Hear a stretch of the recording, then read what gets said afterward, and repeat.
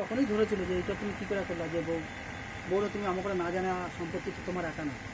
তোমার নামে করে দিছে, ঠিক গেছে আমার বাবা, সম্পত্তি তোমার একা না, তার নামে করে তুমি তো রক্ষক হয়ে ভক্ষকগিরি করতে পারো না, তোমার রক্ষকর্তা বিষয় দেখে তুমি এটা তো এটা তো একটা সত্যি পাপের মধ্যে চলে গেল। এখন ওই 1 টাকা নেবো, নিয়ে সামনে রাস্তা নাই, পেছনে এক ঘরের কাছে বেচছে আমার মা, তলায় তলায় বহুত কেটিকে ঝামেলা ফেলা গেছে দিয়ে এখন ওই বৌদি তলায় তলায় প্ল্যান করছে জায়গাটা বেচবে, বেচতে পারবে না তো, রাস্তায় যায় তো কে নেবে, সামনের তো 1 কাটা যে এইরকম লম্বা জায়গা,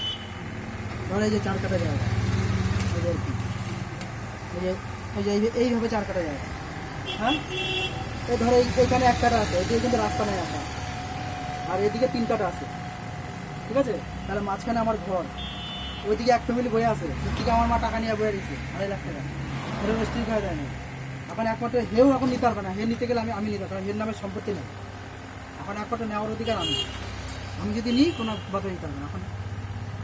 উল্টো পাল্টা টাকা চাইতেছে, আমি চুপচাপ বেরিয়েছি।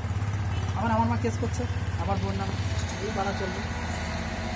কেস ভালোই চলছে। যদি আমার বৌদি বলে যে 2 লাখ টাকা দাও না, তাহলে একটা চার্জ নেবে, এখন যদি চাইবো 10 লাখ টাকা, তাহলে তো আমি নিতে পারবো না,